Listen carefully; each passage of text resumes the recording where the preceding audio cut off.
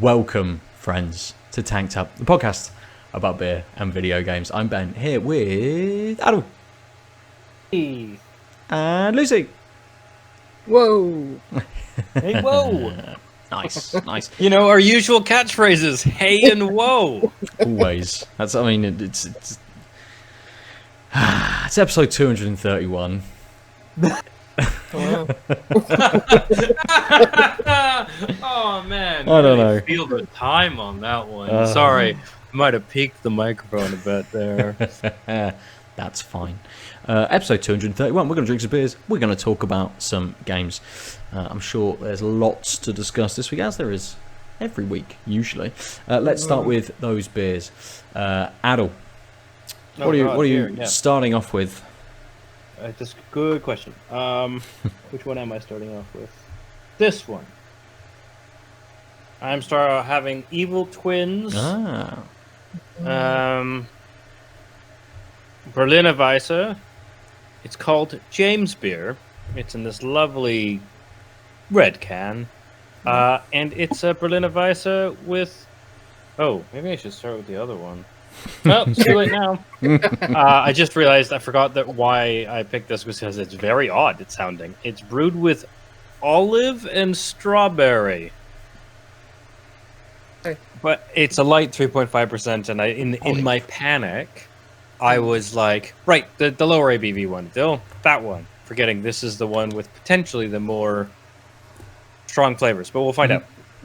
Yeah. Interesting. Olive. I don't think I've had that beer. I think I've had a beer with olive in. No, I've had martinis with olive in. Quite like those. Very different, though. I like, But also- strawberry and some other herbs that they put in there, but not like. Oh wow, this. Not olives, yeah. Yep. Well, I'm pouring it, so I'm having it. Like strawberry and coriander or something like that, but Yes. Yeah. not the olives. Mm. Who knows? Lucy, what are you drinking this week? A Water. big old jug of water.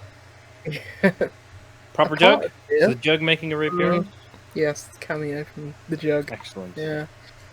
The only beer I have is that Sky. Is it Sky High? Sky Above? the sky? Yeah, Sky Above from LHG, which I had last week. Yeah. Yes. So, let's not retread old ground, and let's just talk about water again. Retread recent old ground, I suppose. Yes. It's, we occasionally come back to a beer months or several brews later, several batches later. But yeah, imagine it's probably similar to the one last Indeed. week. Yeah. Then I am going to open a beer from Boundary. This is Forever Ago. It's a NEPA. It is 6%. Lovely, very toned down artwork. I assume it's Bon Iver inspired with the name, but who knows? Might not be. Our take on a New England IPA. Murky, hazy, low bitterness, and absolutely delicious. If they do say so themselves. I shall crack this, and we'll come back to you, Aadil. Right. It looks a little more orangey on camera, but when I was pouring it, it really reminded me of Dirty Martini. Yeah, I mean, it looks quite like sort of an apricot-y orange. There's something on my glass. It almost looks sort of quite vibrant. It's almost carrot sort of orange on the... Yeah, so it's a little less orange in person. It's just my lovely yellow, warm lighting. But as I poured it, I had a hint of maybe olive and then a big whack of strawberry. Okay. And now all I smell is that sort of that slightly artificial strawberry smell, like manufactured. Mm-hmm. So it's like very, very sweet. And I think it's because the Berliner Weisse has a bit of tartness, and that's just sort of rounding out in a weird way. Yeah.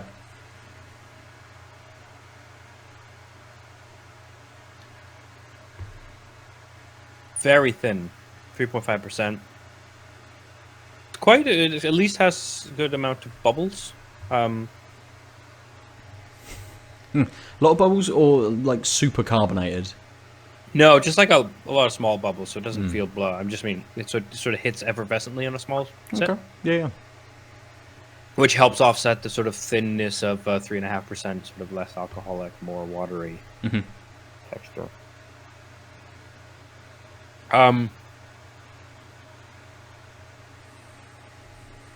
It tastes like a light strawberry-ish Berliner Weisse. Luckily, the strawberry is less intense than the nose would have you believe. I don't particularly like the pairing, and I think the finish has got a little of an odd taste. I'm assuming that might be the olives coming in, and it's very weird. It's like not like holy crap olives, but it's just like what? Maybe my palate bringing you joy. No.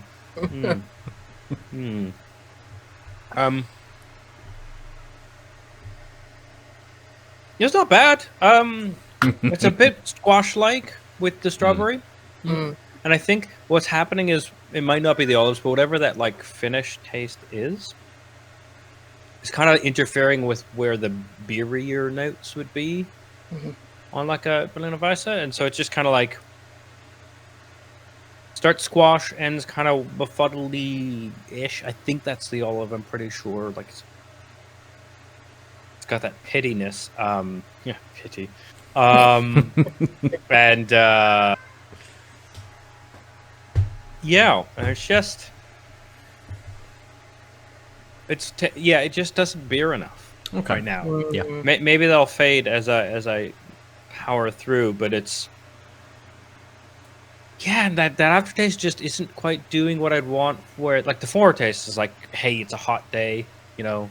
Maybe I just want something sort of more fruity beery, but the finish doesn't sort of support that either. So it's a bit of a conundrum. Yeah. Which side bar, conundrum's probably a good name for a beer.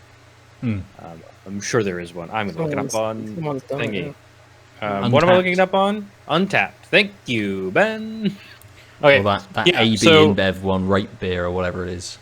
Yeah. I've lost all ability to speak. That is what I have to say about that. Good. Okay. This New England IPA is very odd for the beer style. It's almost a similar-ish sort of colour to your beer, Aadil. Maybe a little more on the sort of the yellow side, but it is very hazy. It's very, very thick looking. The nose gave me a lot of sweetness, maybe some passion fruit, but there's something a little bit not artificial, but a sweetness that I can't place, which seems a bit odd against kind of maybe those little fruity notes going on. But flavour-wise and mouthfeel-wise, it's an odd beer. It's got a carbonation to it, and it's got this tartness in there, which I was not expecting at all. You're hit with those sort of sweet notes, a little bit of passion fruit, maybe something else, which is the sweetness I can't place. But it's very, very strange. I'm expecting a New England IPA and getting something very different. It does finish off quite earthy. So there's quite a shift between this sort of this tart, fruity, sweet start, and then leading into this maybe even slightly. I'm gonna have to let the cat through the door. He's just I was gonna say. Is that a cat or a child? And if it's a cat, whose cat is that? Perry is very insistent. Yeah. Yeah.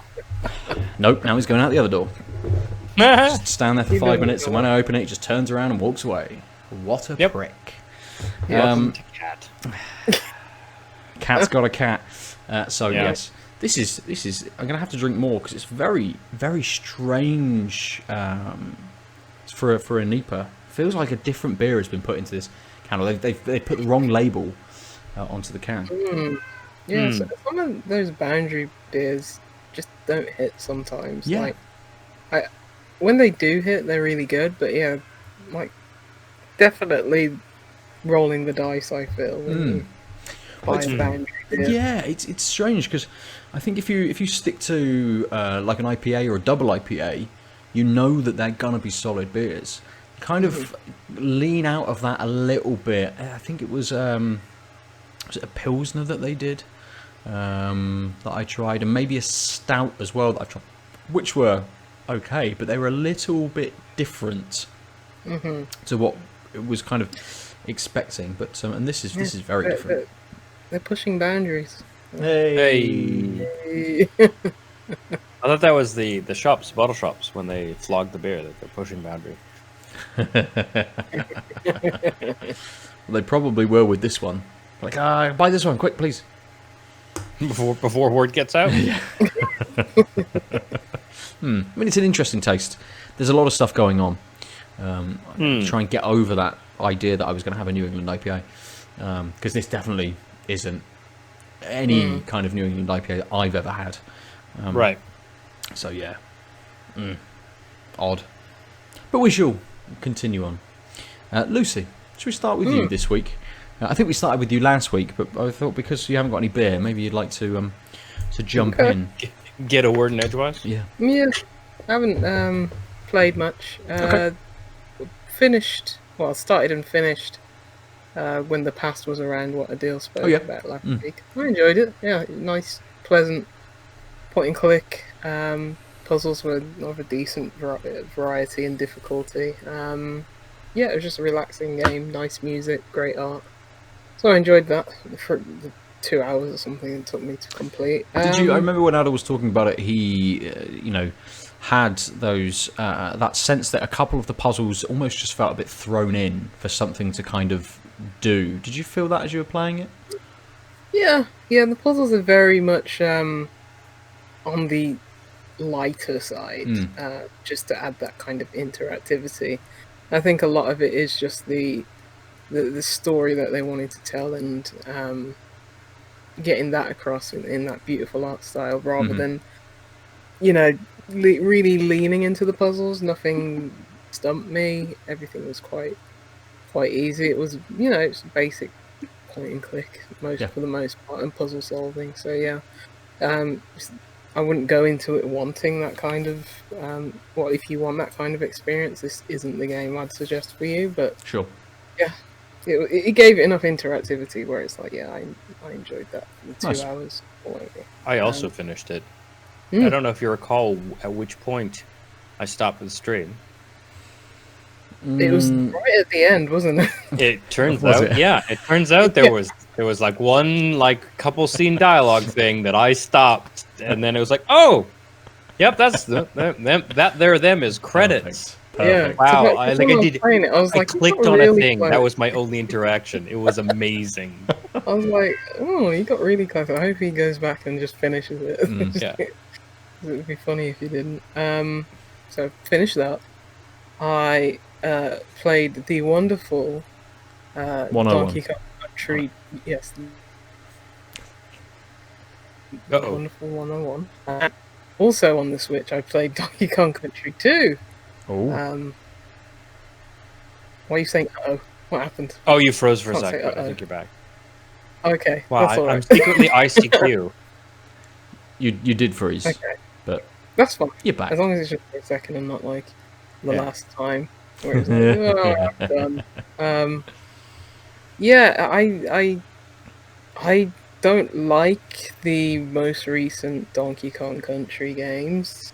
Well, is that the Tropical Freeze? Yeah, I bought Tropical Freeze on Switch when it was on sale, because I think the guy from Game Maker's Toolkit says it's the best thing since sliced toast, and he raves about it. But he made a video where it's like, this is one of the best platforms. I just can't agree. I don't think those games they're not like the earlier games. There's less of a flow state for me. It's like it's too stop and start and too much, looking around for collectibles, and I don't like that kind of.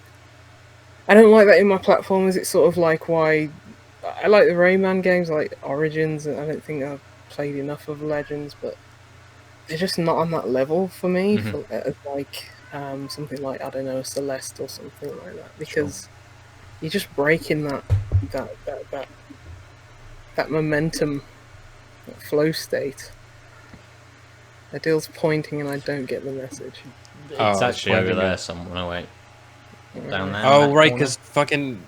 No, but on the Discord, sorry, on the stream, I'm pointing at the stream, the banner that has Celeste in the corner. One of the corners. Oh, I cannot do that. No. Yeah, I know. That's very impressive. Yeah, I don't like those newer Donkey Kong. I'm still trying to play Tropical Freeze.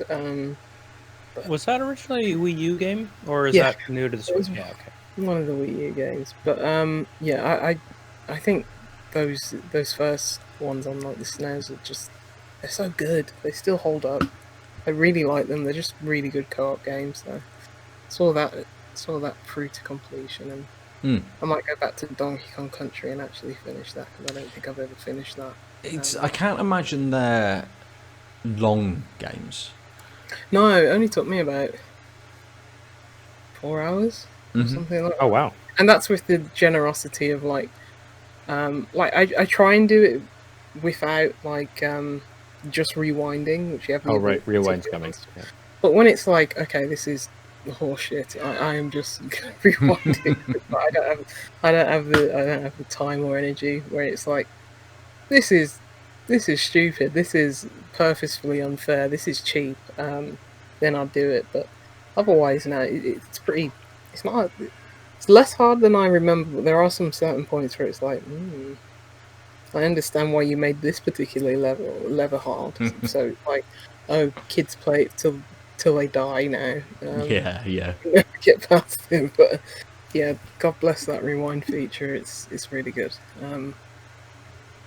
The last game I played was a game from a Bordeaux studio called Nova Box, and it's a visual novel called Across the Grooves, which states a visual novel. It's got a really nice, sort of almost like watercolor, soft paintbrush kind of art style to it. I didn't really know much about this game. I saw the like the art for it, and I knew it was about like music and how music can evoke memories and, you know, set you on a different course in life and stuff like that. But outside of that, I didn't really know what to expect, and this game goes places which I didn't expect, into like kind of the supernatural. And oh really? Yeah. I enjoyed it. I wrapped it up this morning. It's short. It's only about 3. No, I'd say it's about 3 hours. It's all, you know, text based. There is a bit of music in it, of course, because this is very much, you know, game about music. Yeah, it took me about 3 hours. It has 6 chapters in all. Each chapter, yeah, about half an hour each. Is this one on how quick you read text? Is this? I seem to having a quick look and seeing sort of the walk. Is this one that kind of is almost like continent spanning, where you go to lots of different places in each of the chapters? Yeah, it's sort of like if the oh my god, why am I blanking on the name of this game? Broken Sword. Oh my god. Yeah. Brain dead. It's sort of like if it was Broken Sword game, but there was no point and click puzzles, and the protagonist was like way more hipster and avant-garde. It's very much a world away from mine, in that these are like people. She drinks coffee. The protagonist, Alice, she drinks coffee. She goes out to coffee shops with friends. Who has friends? Who goes to coffee shops? Who's allowed? It's basically a deal. They listen to vinyl records. You know, they go to record stores. You know, it's very not pretentious. That's a bad way of saying it. It's very What did you say it is? Hipster. Yeah, yeah, but I'm saying in like it's a bad way. It's not in a bad way at all. It's just something that is so disparate from mine, especially now in lockdown. Mm. Like, oh, you have friends, you go out, you go to coffee shops, listen to vinyl records, you know. Right. You know what Doc Martens are. I think they're shit. I'm glad you finished off. I'm glad you finished off because you stumbled on Doc, and I thought that might have gone somewhere else just then, but glad it didn't. Yeah, I had to explain that in detail on a Friday night movie night a few weeks ago to a friend who knew what ing was. Was it one of those moments where you're like, you protest too much? No, it was one of those, okay, we're in the middle of watching a film, but I'm going to pause it on our like Netflix watch party and just explain it now, take the few minutes and try to explain it over a movie because that's just going to be more painful. Yeah, absolutely. Yeah. It has a really neat thing where it has like this glossary where, you know, because it talks about a lot of bands and you know types of music and stuff like that and musical terms and it's like they give you this little glossary which is nice, so because I don't know anything about music. I from this era or from especially in that kind of like space, I don't know anything about music. Yeah. The music itself in the game was just very weird to me. Like the few songs that were voiced, I was like, this is like some weird psychedelic French indie thing that you just stumble into in like, and it's like, where am I? How did I get here? Everyone's in a trance in this dingy little club, and it's weird. It's something that's just completely out of my sphere of recognition. But I really enjoyed the story. It kept me interested. What was it called again? Sorry. Across the Grooves. Across the Grooves. Yeah. It's just I love the art style. I think that's what kept me engaged the most. To be honest, it was just pleasant to look at, and it's really well written. Really well written. It's not, as I say, it's not pretentious or anything like that. It's like, yes, this is very hipster, but it's really well written. You do have like branching paths. You do have choices to make now and then, and they do seem to genuinely change the course of diet and direction of the story. So that's interesting. But yeah, pleasant little experience. I think it's probably, in terms of the visual novels, it's probably one of the more enjoyable ones I've played, especially this year. So yeah, I do recommend it. Nice. Well, I'll add it to the list. That sounds kind of like my late night jam. Yeah, I played it just before like I went to bed, and it was in the nicest possible way. It sent me to sleep because it's just so pleasant. You know, woke up in the morning, like I had a cup of tea and just played it. Yeah, that kind of game. Nice. So that's your roundup. Not as prolific as usual, Lucy. No, I've been hard at work. Oh yes. Yeah, you are back. You're back on the job. I've just been playing Tony Hawk, really. So I played that Mario game a bit. Yeah, I thought you were going to talk about that. Which one? I don't know Sunshine. much about it. No, God no. I think it's just called Mario 35. Yeah, look, I got my Switch here, but it's the Mario Battle Royale that they put out today. Oh. Recording. What? Super Mario Bros. 35. You don't hear about this? No. You know Tetris 99? Yes. It's like that, but with the first Mario game. And 35 people. Yeah. That's Okay, 35th so anniversary. are you all running through the level together? Well, ghost mode, right, kind of thing? Yeah, it's ghost mode, because there was that guy who made that thing where I think everyone was literally on the same screen. Yeah, and then Nintendo took it down and kind of done the same thing. Cause, Nintendo took it down and they went, That's not a bad idea. Yeah. Yeah. It's a bit. It's on the line. But yeah, it is like you don't see other players on your screen. But what you do see is the enemies that they've killed appear on your screen. So that's instead of like in Tetris 99 when you clear a line, like blocks get pushed Randomly thrown. onto your screen. Tetris 99. It's the enemies that you've killed in Mario that go onto your screen. I like it, but I think I like it because it's Mario and it's a new take on Mario. That's why I love like Mario Maker, which I need to go back to. It's just a new way of experiencing those levels. Like anyone worth their salt could, just speed run through the first couple levels of Mario. But now it's like, oh, I need to slow down and think twice because there's going to be enemies everywhere. And I don't know how much longevity it has. Maybe that's why they're going to take it down. Because I was getting quite high in like out of 35. I was like 4th, 5th. Nice. I got like bronze, and then I hung around to see who won. I was like, no, this is going to be going on for like half an hour. If they keep going. Yeah, because they're just like cycling through the same levels.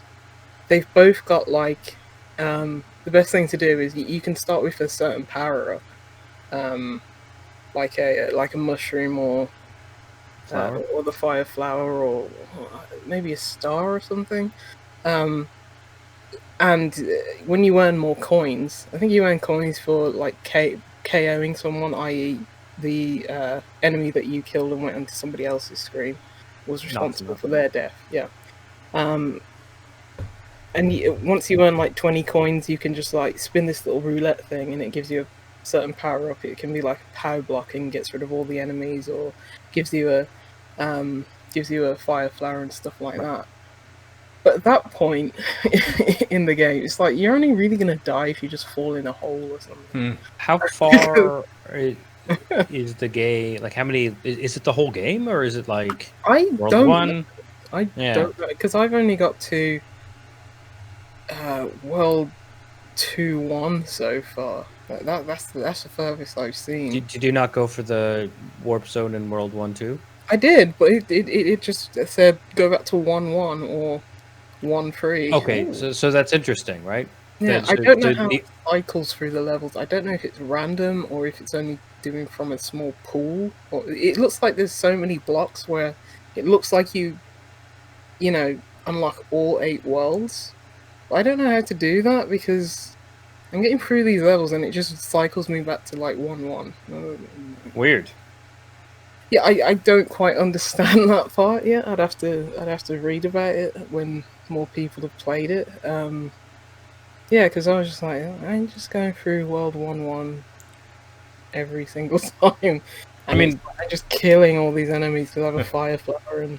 I was going to say, as far as like racking up points, etc., just cycling through World 1-1 probably isn't ideal because you know it well, you'll learn it better, and you can. Yeah. That's a easy level to hold on to, like a flower with. Yeah, I don't quite understand everything that's going on because it's like, oh, you just randomly Bowser turned up. Who got to 1-4?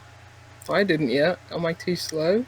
Because there is a time limit. Like you can't spend too much time in each level. You have to get to, the pole at the end before the time runs out. And killing enemies gives you extra time.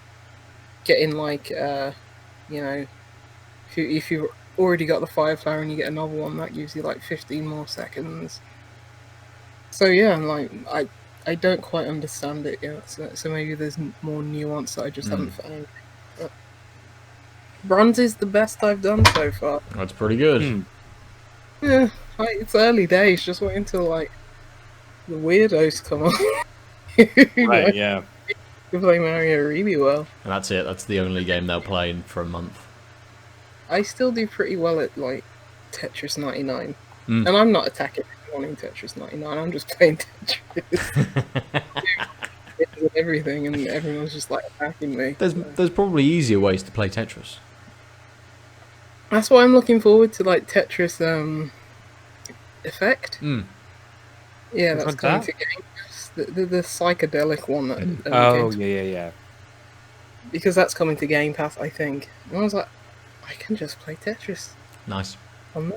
There's no other way to play Tetris that I'm aware of, other than Tetris 99. Tetris on something, I suppose. I mean, there's definitely a bunch of Flash knockoffs. It's only on PlayStation and Switch. Yes. Yeah. PSVR. You could get That's it. That's where the psychedelic one was originally, right? Yes. Yeah. Cool. Yeah. Hold on. Is like the Tetris on the Switch Online? Sorry, this is something I'm going to research. I would just like to play Tetris, you know.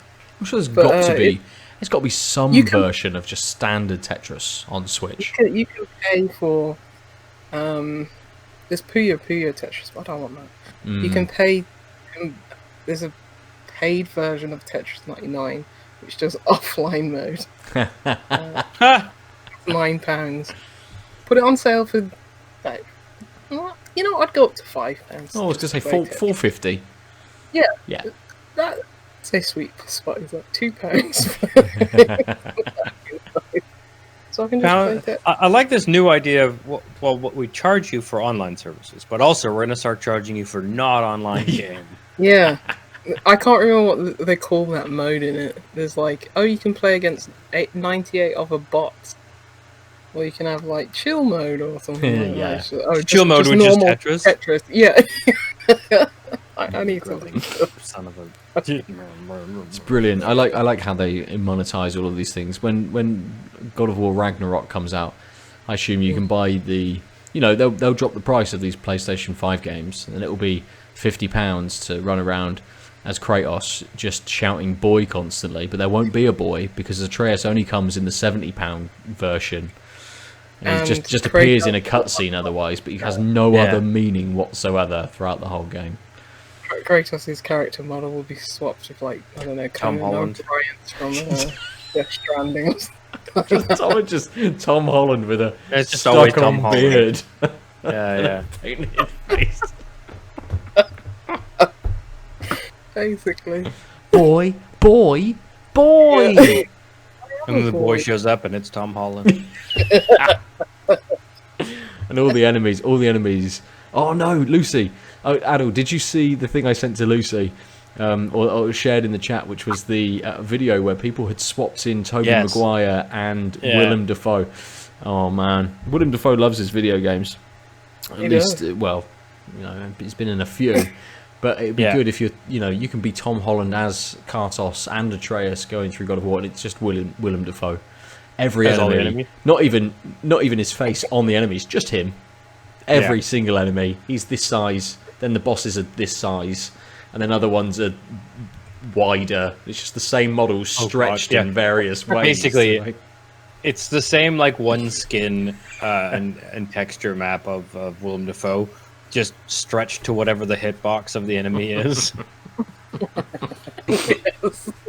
Not the model, because that would just be Willem Dafoe on a weird dragon or whatever, but just like if the hitbox is this wide, he just gets that wide. The mode in Tetris is called Marathon mode. Called what? Marathon mode. Marathon. Oh, right. I get it. Go until it's too long. Yeah, cool. that face thing, though. Come on. It's a bit weird. Yeah, for those of you who don't know, if you do a Google, they released new screenshots of the super upgraded PS5 edition of Marvel Spider-Man on the PlayStation, and it's a different looking man. Very different looking man. Yeah, yeah, and they mapped a different person, I guess, for it. I think the excuse on the blog was, I call phony on that. Like, yeah. So the excuse was, in order to high res be in sync with the guy we did the facial mocap with. We had to use a third guy instead of the second guy we did the mocap mapping fine with in the PS4 game. And it's like, that's not how that works. No, because like Troy Baker doesn't look like Joel. Yeah, I don't think they do. Troy Baker does mocap on the face though. Does he, or does he do voice? Yes, they do, because they definitely chart sort of lips and eyes and facial movements and expressions. Yeah. Okay. Well, I mean, but also if it worked that well on the PS4, it's not like the PS5 is doing anything special. It's just like it's just a few more pixels, right? And so it's not like the whole technique has to get thrown out, such that we need a guy who conveniently looks like more like Tom Holland, while Sony conveniently is being real protective of the movie Marvel Sony Spider-Man stuff. It's like, oh, this smells. It really does. I get if they want to, change it for Miles Morales and the next game. You imagine we're gonna have a different audience. That audience like those Tom Holland films. I have nothing to say about them. I haven't seen them, but people seem to like them. Let's make the character model look like more like that. That fine, whatever. Creative business decision, whatever went into that, fine. But it's just a bit gross that they'd put that in the remastered version of the first game. Like, why don't you just save that for the second game? As you said, you could absolutely see them changing the tech and the face and the model and things for a second game, or again, as you say, putting it into the Miles game with those maybe swift appearances. But you would imagine, I think, with from what they were saying, I didn't realise that Peter Parker is in his early 20s. I think it said something like 23 in that game. And I could see maybe why they wanted to make the character model maybe look a little younger, because he does look a little bit older than 23. I'd have put him, and I thought he was like late 20s, something like that. And I could see maybe why they might want to make a younger looking model for the base or the original Marvel Spider-Man game. And then the model that may be in the Miles game, if it is set a few years later, may look a little bit older. I can see why they might want to do that. But it looks, the character looks completely different. Yeah, I was looking at it, paused the video and was like, is there any similarity? But it's got a different bone structure. Yeah. He's got different eyes, different nose, different lips, different. I mean, I know that. I mean, there's a whole.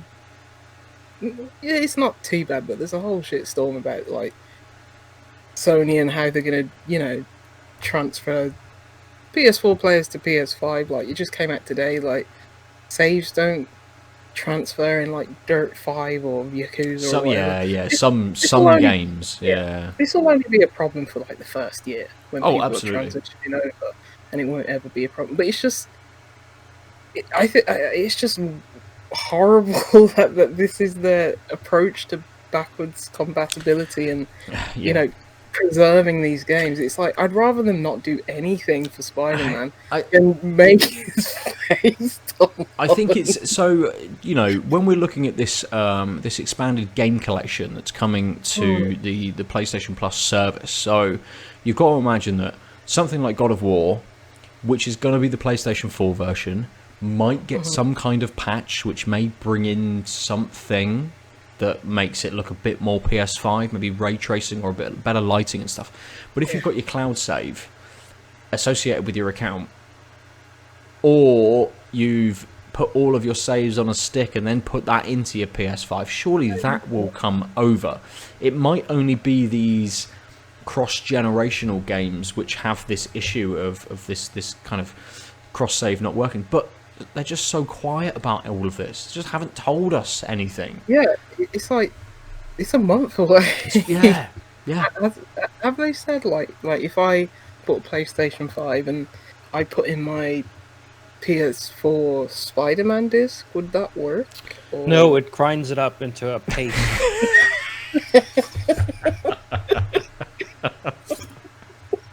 God, there was that second you guys were like, what? Is he know a thing? Of course I don't know a thing.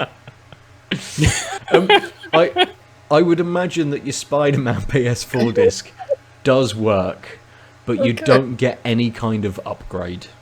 Will it patch Peter Parker's face automatically? I think it has a Blu-ray laser in it, and it rewrites the disc to have a Tom Holland face. So when you put your never on the internet PS4 in, Tom Holland appears at my front door and says, "I'm gonna be in your game." No, that's why I think, like, just the Digital Foundry like videos about the Xbox backward compatibility thing was really interesting. Just like, these games are not optimized for the new system. It is just purely like the hardware that's making them run better. Yeah, they don't do. I mean, that makes sense, right? From the again, but you know, it's a strange one in that I know, like, a behind closed doors presentation went on, and Spider-Man was the game that was used to show the load times of the SSD and how quickly he could fly through the city, you know, because it was all about how quickly things could load in. And they're like, look how fast things load in. He can move, 10 times the speed that he could, or that we made him, because that's the speed that everything loaded at in the previous game. And Spider-Man was the one that was used to demonstrate that and show people. Yeah. So for it to now be kind of gated off behind a limited or ultimate edition of the new Miles Morales version, and your PS4 version doesn't get that upgrade. There's an odd bit of stuff going on behind the scenes, and we're kind of seeing the Sony of, not quite of old, but of like that early PS3 era Sony, like, here's the stuff, here it is, have it, we're not going to do anything about it. Yeah, it's a bit of a shame in that respect. I mean, it's fair to compare theirs and Microsoft's approach to that, but absolutely, it is also unfair at the same time, because that's not their MO. Microsoft has a whole team; they have the resources to put into that. The numbers probably show that it's like, yes, the bottom line, players, are not really going to want this. For me, I like it, and just from a game preservation kind of thing, it's good. But the numbers would probably dictate otherwise. And who was it at Sony who was just like, we don't care about all games or something? And they said something like akin to that. But so it is. They're going in the opposite direction. It's more disappointing, like the half-ass step of it. Like, that's why Nintendo are so frustrating as well. It's like, it's just very half-assed, Yeah.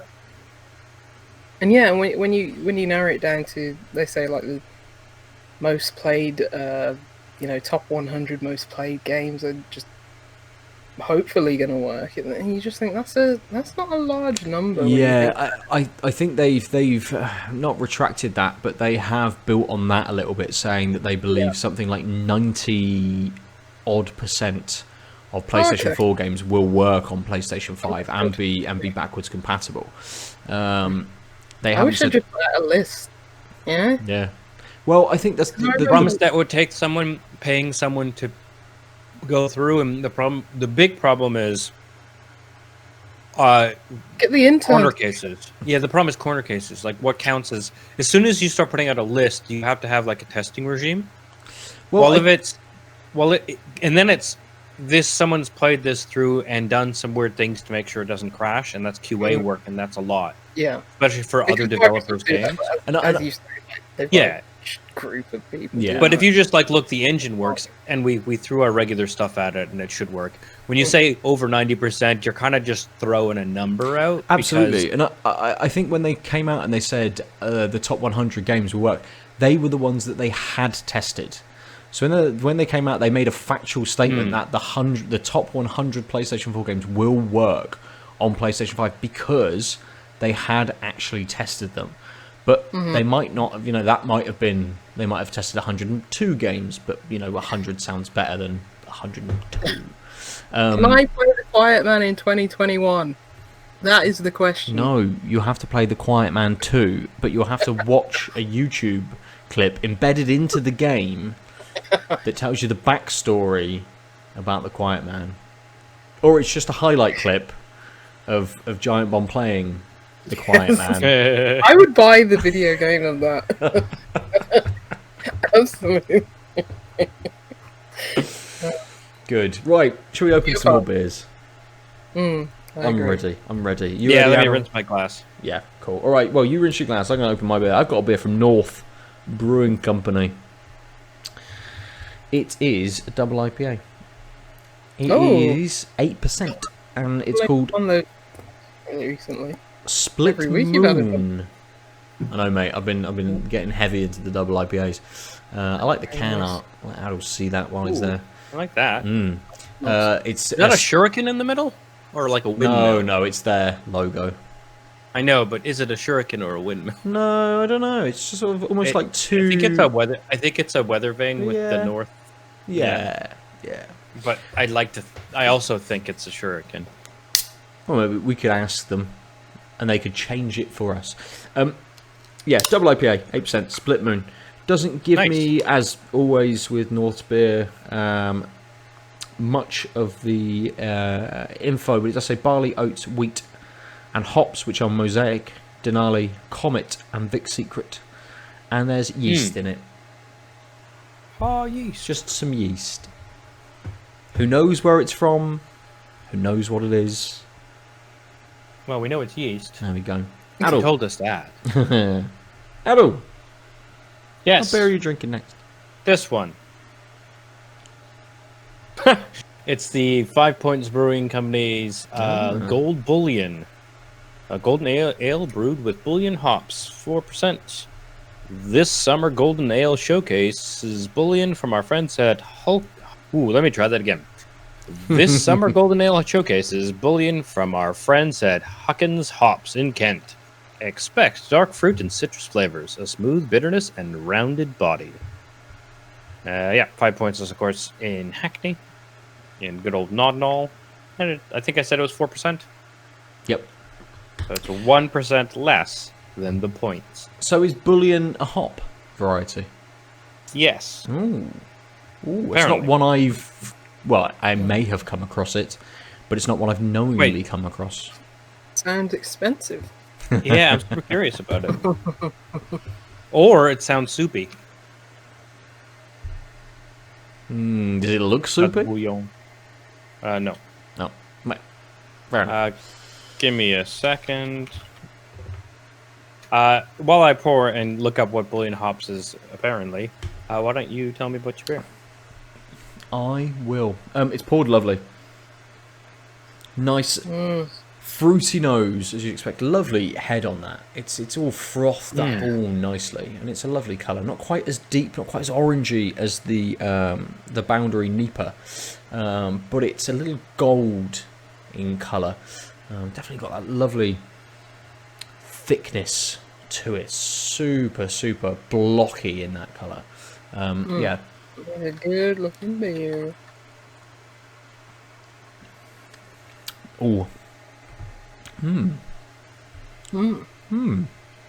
Okay. So it's got that. It's got that sort of very.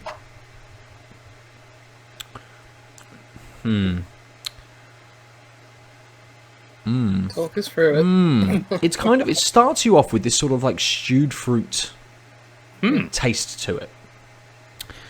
I'm trying to. It's trying to pick the fruit out because there seems like there's a lot of different elements in there, still combining to the same initial flavour. That's very hard to pick out what they are. You've got a little bit of maybe caramel kind of sat in the background as well, which lifts a little bit as you drink the bit. Those stewed fruits kind of come down a little bit and leave you with almost a it's not quite a soapy taste. You know when we're having beers and they've got a little bit of coriander seed in there and you've got that slight soapiness to it. This feels like it has it, but it almost starts off as this kind of, you think it's going to be soapy, but it actually becomes a little bit more grassy and sort of a little bit more fresh. So it seems to be doing a couple of things and then going, nope, we're doing this instead. We're going to make you think that this is happening, but actually this is going on. And that grassiness kind of then evolves into a little bit of an earthiness, a little bit more earthy than the previous Boundary beer as well. And almost no bitterness. And actually the bitterness is coming kind of towards the front with those stewed fruits. So maybe there's a little bit of grapefruit, a little bit of melon in there, kind of combining to give you this slightly danker, grassy, and then earthy sort of flavour. It works through those quite well and presents something that leaves you at the end with a very easy, very pleasant flavour and aftertaste. As I say, almost no bitterness on that finish. That kind of comes towards the beginning with that stewed sort of fruit flavour. I'm gonna sip. I'm gonna say something. I'm gonna sip. I'm gonna say something, and it'll be gone. It is very easy. Yeah. And that kind of, I don't know. It doesn't tell you what the malts. Well, it says barley, oats, and wheat. Doesn't say any other malts on there at all. But there is definitely this kind of like this sweet toffee backbone to it as well, kind of combining everything and running all the way through. So whether that is the element where all of these other things are going on, but because that is present throughout the flavour, it feels like everything is flowing very well and feels like they're tied together quite well. Maybe it's something that's just, you know, it's not masking those transitions, it's just allowing me to experience them and not be quite as jarring as they may be without that sort of that malty backbone to it. This is very good.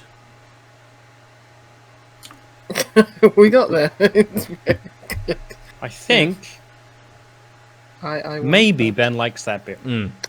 I do. I think so. I do. I like the can. Yes. I like wow. the beer. It looks good. Tastes good. Looks good. Tastes Can good. Yep.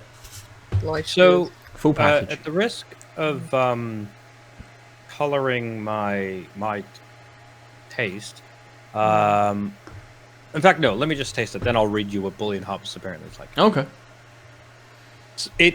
Boy, that's a very tart, or that's a bitter smelling beer. Skanky and bitter. Yes. It smells like bad weed. Really? Okay. Yeah, with a little bad weed and orange juice, like a citrusy bad weed.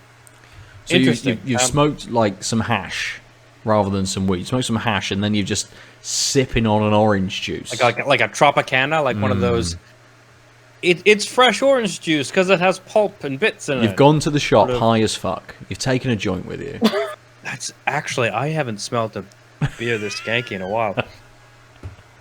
Like it smells like the odd time where I go downstairs late at night and people are enjoying themselves in the living room. Then it's suddenly 4 a.m. You're sat on the sofa. It's not at all what I was expecting. As you can see, it's like a ambery. It probably looks very similar to the other one. It's a little clearer and more yellow, more honey than orange juice. The red tones are not there like they were in the strawberry olive thing. Boy, I had a weird selection of beers.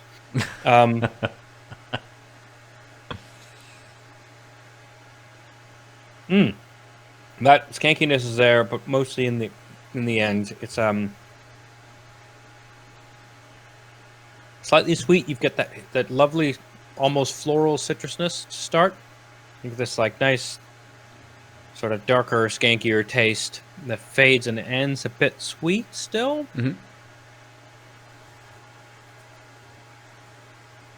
I want to say like citrus, resin, some sort of dark red fruit, kind of like a plum, not quite stewed, maybe in the middle. That's really interesting. It's really not. I did not expect this at all. I'm really liking it. I think I might end up drinking this one slowly because I just want to keep puzzle piecing the tastes around.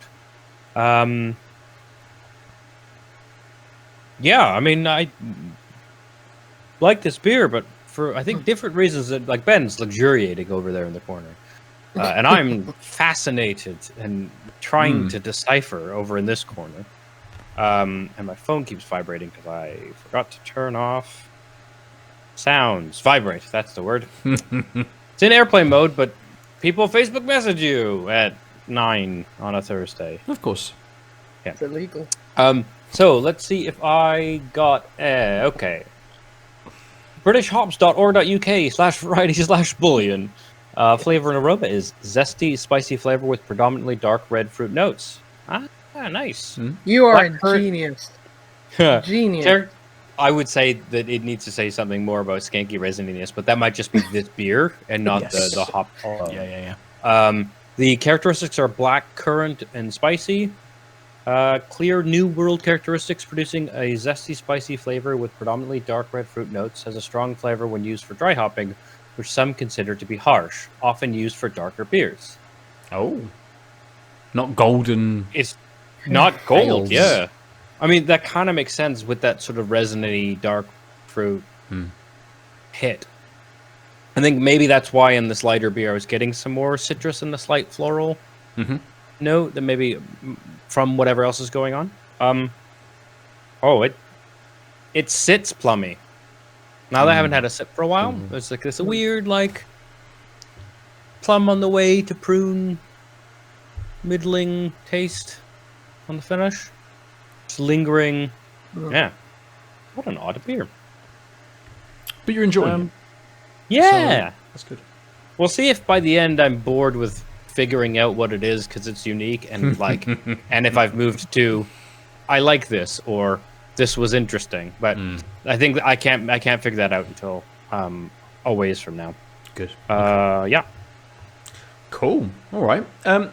Well, I think I will jump in with the games that I've been playing, because I've actually been playing a lot of games, but a very small amount of a lot of games. So, when we recorded last week, I had finished the first episode of Tell Me Why, which is Dontnod's new game, which is on Game Pass. So it's on Game Pass PC, that's where I've been playing it.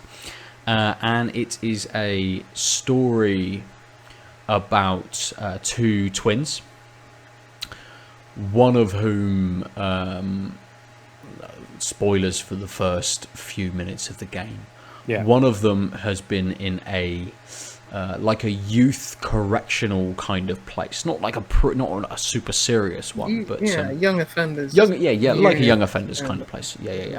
And the other one has been at home, growing up in the town that they had grown up in, and you find out very early that he went to the correctional place because he killed his mum. So they have that kind of sat in the background. They haven't seen each other for so many years, and this story is very much a story about these two characters. So you've got Tyler, who is who's transgender, who presents as a man,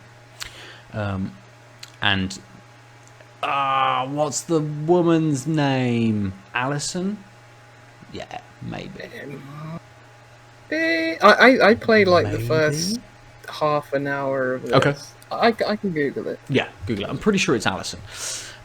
There's a lot of very good voice acting in this. There's a lot of very good dialogue and writing, about them coming together again, about their relationship and trying to kind of... It is Alison. Yeah.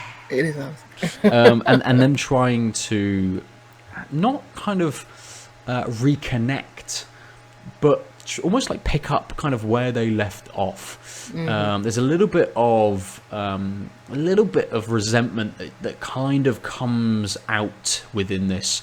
There's a little bit of awkwardness between them, but they ultimately kind of realise that maybe on the night of their mum's death, and not everything was as it seems, and they start to investigate that. And as kind of Don't Nod do, there's a little bit of a supernatural element to this as well. So the two characters can talk to each other with their minds, right?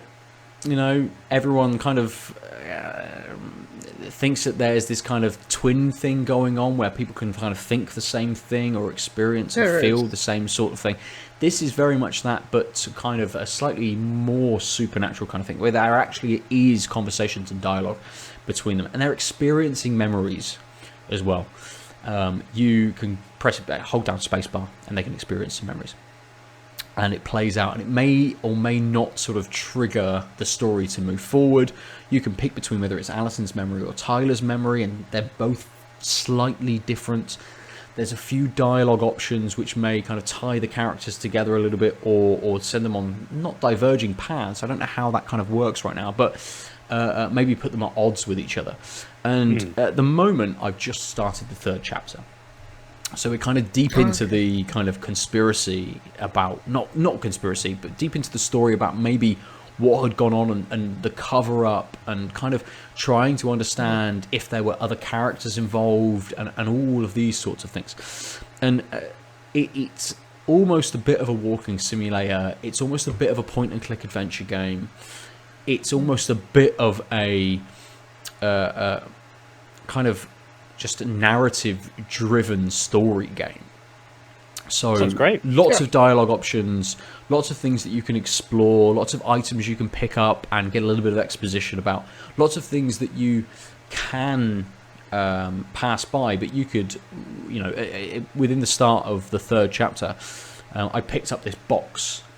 And a really cool feature of this is to solve some of the puzzles, you need to use what is called the Book of Goblins. So when they were both kids, they called themselves the Goblins, and they and their mum wrote this big tome of different stories that the goblins went on, and there's lots of characters involved which you kind of relate to the people around the town and their relationships. And you have to look within this book to solve some of the puzzles. So you have to actually read the stories and understand what's going on, or look on the pages and look at the artwork and stuff to solve some of these things. And it's quite intricate, it's very well presented and very well done.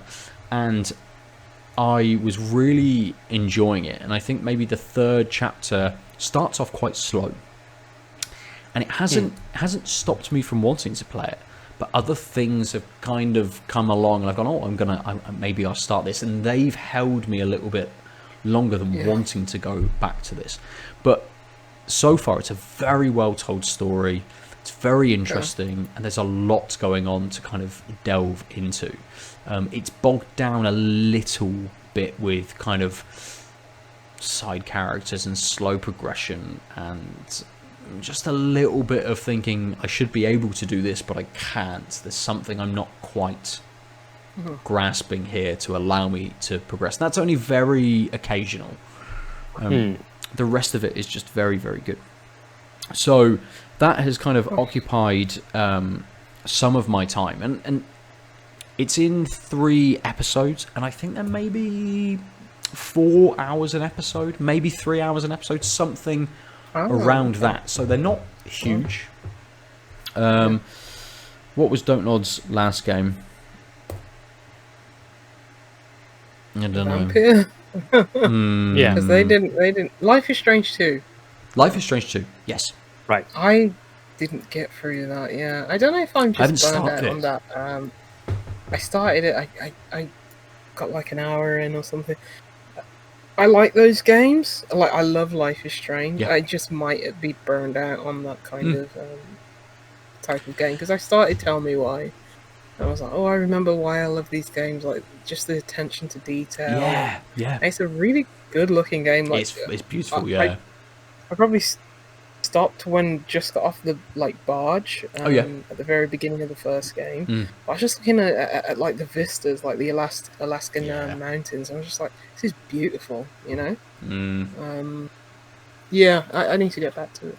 Yeah, and you should, because there's some very well written characters and some beautiful dialogue and building of relationships and things like that. It's really good for that, and I think it conveys very well both Tyler and Alison's emotional state and how they've been feeling for X number of years, and it handles, from my opinion, having no experience of this, it handles kind of Tyler's story very well in him constantly questioning stuff. He kind of is like, I've had this realization, this is what I want to do with my life. That then leads into who I am as a person, and he kind of is very much the driving force behind understanding what happened on the night of their mother's death, and the things kind of leading up to that and the relationships around that. I think it presents the two characters very, very well, plus a couple of the other characters really well. There's some which kind of, with any story, there's a couple which are kind of you can throw off, which may come back in later, who don't appear as much and make them a little bit more important, but it very much focuses on those two characters and does it very, very well, which is completely different to another game I've been playing, which is Serious Sam 4. I was about to say Doom, so you're not so far off. Sam. Serious Sam ain't serious at all. No. It's completely fucking batshit crazy and insane and nonsense. If you're not familiar with Serious Sam, it's a first-person shooter game. It's a game that I played years and years ago. So I remember playing the first Serious Sam game, but I don't think I ever played anything after that. And we were provided a code for this, so I have delved in, and it's backtracking, it's strafing, it's carnage, it's non-stop. There's a lot going on the screen, and that's fun. My computer is chugging. It is absolutely chugging. Textures occasionally can take a little while to load in. It's not the most it doesn't look as good as something like Tell Me Why. It very much kind of plays on that aesthetic that the original Serious Sam games were. It's almost, I don't know whether they've decided that is the graphical style they're going for, because they haven't gone for a realistic kind of look. It's kind of almost comic-y. It's a little bit sort of not blocky, but it isn't texture heavy. Cartoonish. It's very cartoonish, yeah, and I mean that comes across in the dialogue, in the characters that are there. There's some just ridiculous dialogue going on between characters, and like, oh, great, you're an asshole, brilliant, okay, I can see that from the way that you've presented. You've only said 3 lines, but I already know that I fucking hate you. And it does a very good job in sort of saying, here's some characters, they're completely expendable.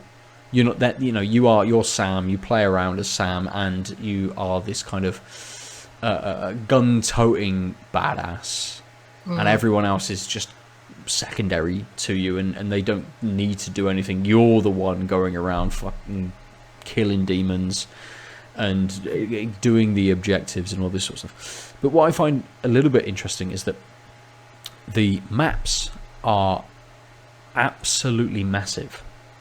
So in one of the chapters that I played, you're going around Rome and you have to put down a beacon, but you have, I'm Sam, I'm a little finger as Sam, and then the map is kind of this big, but they have built and textured through a little gate like another 400 meters down, and it looks like I should be able to get in there and experience it, but I've got through the chapter. I didn't go anywhere near that apart from walking past the gate, like the world that they've built it feels absolutely massive, and that there's loads going on, and that you could branch off into these different things. And I don't know whether I've just missed a side mission, because they do come up kind of, go over here and do this. Well, you wouldn't need to do at all. You can go off and do this, and side missions will upgrade your weapons in some way.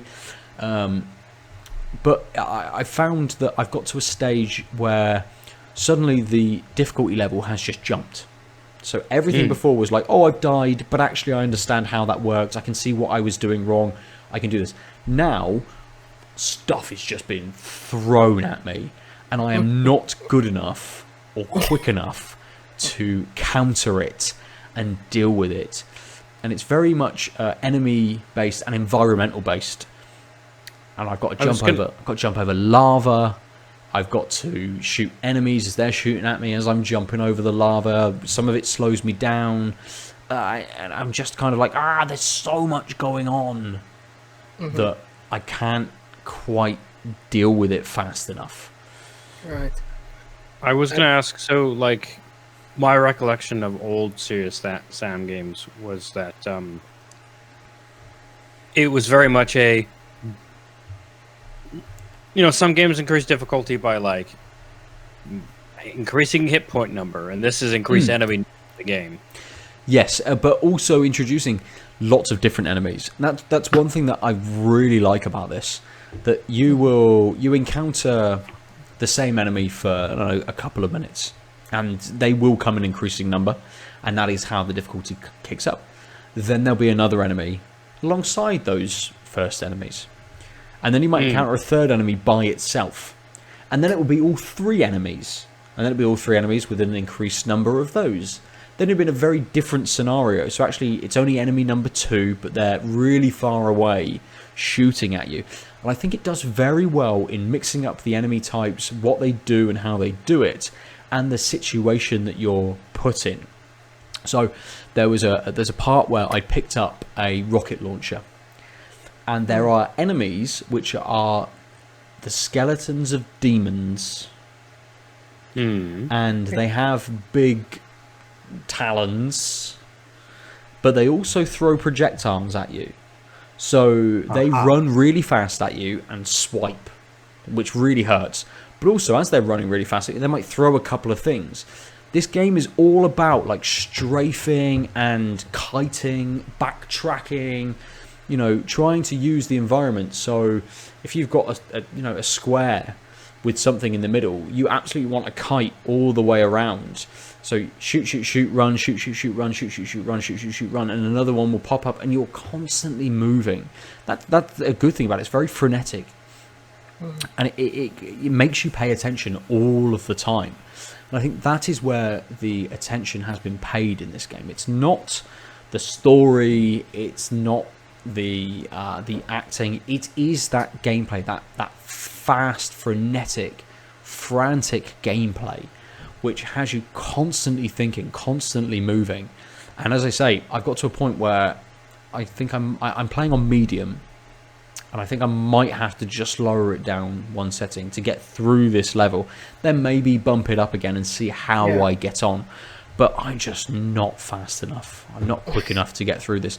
Or my ability to swap between the appropriate weapon. And I don't know whether weapons work better on different enemies, but they do. Obviously, you have a pistol, you have a shotgun, you have a rocket launcher, you have an assault rifle. So they all have different characteristics and work in different ways, and will have different distances that they're better at and those sorts of things.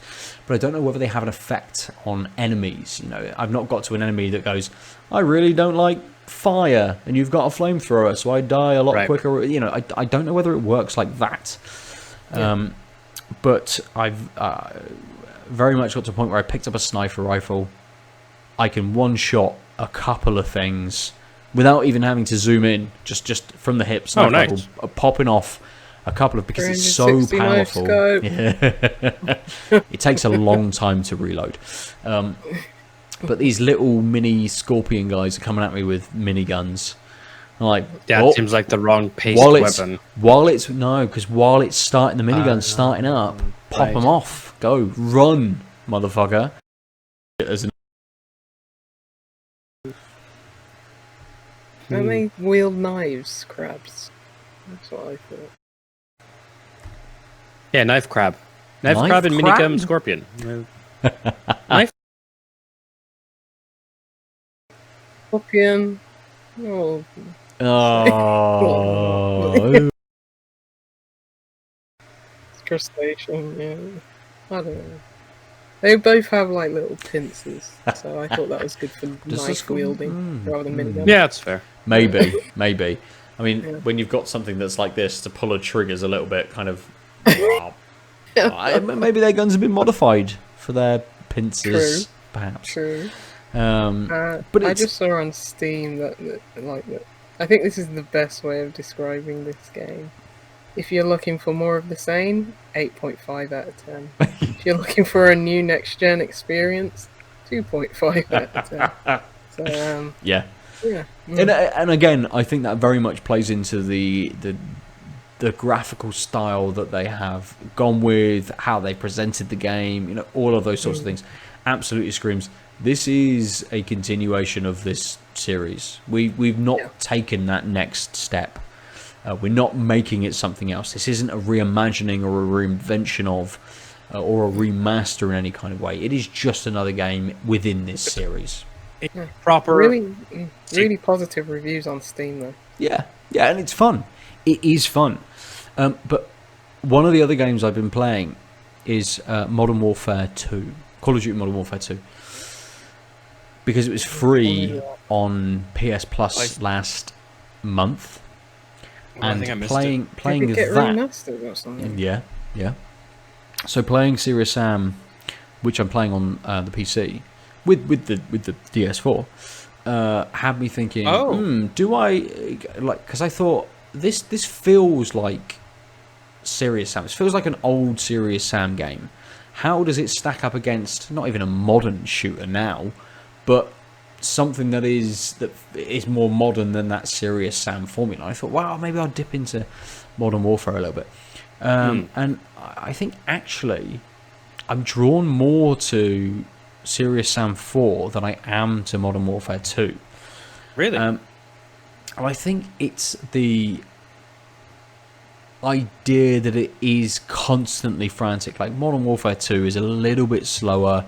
It's very corridor based. Serious Sam is sort of corridor based, but you're on this big open plane and you can move around and strafe and jump and get out of the way and concentrate fire on some enemies or take out little. It feels like even within that frantic element, there's a little bit of strategy to it. Whereas Call of Duty was just guy pop, guy pop, guy pop, guy pop, and that was kind of it. And I've very quickly moved on from. I haven't even finished. You know, I finished when Modern Warfare was remastered. I finished that campaign, and I even went back and started it on the hardest difficulty to start running through. Whereas with this one, it hasn't grabbed me in that same way, and I don't know whether it is just. Well, I played the Modern Warfare remaster. I've had my time with that older series of Call of Duty games. I've relived that. I don't need to do that again. But I haven't relived Serious Sam or those older first-person shooters which were just carnage constantly. And I think that is holding me with Serious Sam a little bit more than it would do maybe if I was, say, a new player to this. I hadn't played a Serious Sam game. That, you know, Doom, the 2016, 2015, 2016, the reimagined Doom was my first experience of a late 80s, early 90s first-person shooter game. I think this is very much for people who like that kind of game and have played Serious Sam or played the original Dooms or Quakes or Wolfensteins and know that Serious Sam was kind of the next step up from those. It was kind of that. Serious Sam was that next leap of a generation to. It's not just sideways looking. You know, it is kind of up and down as well. That you can, you know, a second axis was introduced into how you're able to kind of aim. And I think it very much plays to those people rather than maybe new players. And it is a Devolver game. Kind of you sort of maybe expect Devolver as a it is, yeah. You kind of expect Devolver as a publisher to pick up older games, but not, pick up development teams that are making older games that haven't completely reinvented the wheel and aren't looking to step them up a huge amount. Oh bollocks! What's that mech game where you're the president in a fucking mech? Wolf. Oh God, something. Metal Chaos. Yes. Yeah. That game came out from Devolver again, and it was just kind of a remastered version. Yeah, I didn't play it, but I imagine it kind of improved a few elements of that game. But Devolver love that space. Here is an unloved game. We want to throw out the next version of it. I think maybe Shadow Warrior is the only thing that is kind of not next gen as such, but is a little bit more of a modern take on an older style of game. This very much sits within their wheelhouse, and it is fun. It is absolutely fun. And if I want to play a first-person shooter in between Tell Me Why and the other game that I'm going to very, very quickly talk about because I haven't had enough time with it yet, but if I want something that is frantic and is a first-person shooter and requires a lot more concentration, then I will go back to Serious Sam 4 over the Modern Warfare 2 remastered campaign, definitely. I don't know how far through I am, but I'm far enough through that I've unlocked maybe half the weapon wheel, and it's enjoyable. It's fun. It's stupid fun. Most important thing. How's the shotgun? It's good. It's good. Well, it's a good game. Got a reasonable reload speed. It's powerful. It's kind of the default weapon. You don't go back to pistol. You don't bother with pistol at all. I unlocked akimbo pistols, and I would still default to shotgun. Really? That's the only way to play it FPS, in my opinion. Shotgun. And you don't zoom in on any of these guns. It's all from the hip. You're running around, just blasting. Yeah, that makes more sense then. Because I was going to say one of my favorite modes is akimbo pistols down the iron sights, where the iron sights are this thing doesn't make sense. Like bring them in like here. Yeah, and then but you get the accuracy right, and that's fine. Yep. I mean, you can zoom in. So the assault rifle allows you to zoom in. The sniper rifle allows you to zoom in. But I just haven't bothered. Needed to, yeah. I mean, that's the thing I default to is the iron sights, and I think that's why I'm worse at certain types of games. Yeah, like the added accuracy is not worth the slight slowdown that you get. When did that Modern Warfare 2 thing come out? Did they remaster both? No, they did. So Modern Warfare was a few years ago now and came out with Advanced Warfare. That was a while ago then. And then I think Modern Warfare 2 came out and was its own product. It was its own release, yeah. Maybe 2 years ago now. But it's always that kind of early spring release. So they released the mainline Call of Duty game late autumn, and then when they did release Modern Warfare by itself, it was late spring, and then Modern Warfare 2 also came out, I think, in the spring, like this year though.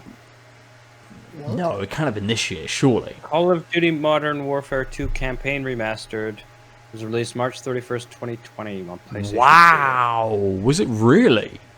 And then on Xbox and Microsoft, April 30th. I remember because people were angry. It's when everyone had gone into lockdown and they were like, "Please just throw us this bone. Let us buy." And the thing is, what's this it's 1 month campaign only. It's no multiplayer. I mean, that's the problem, right? Like, what's the point then?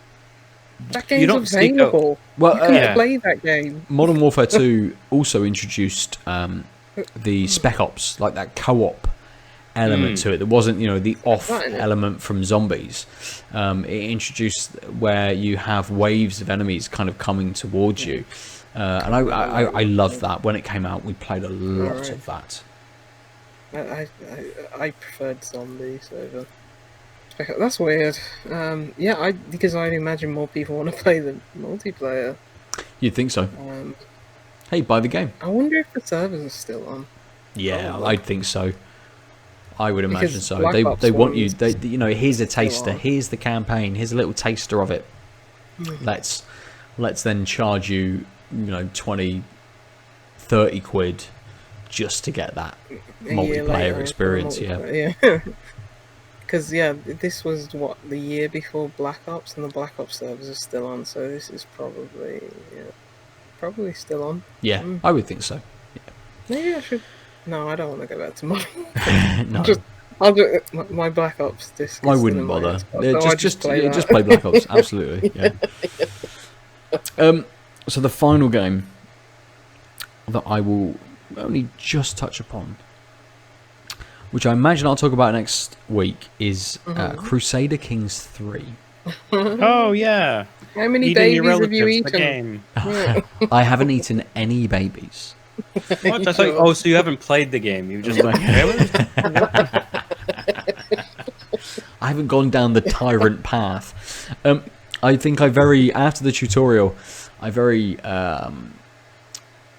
much went, oh, okay. I can be any ruler of this very large expanse of land. So it's all of Europe. It is a lot of Western Asia and India.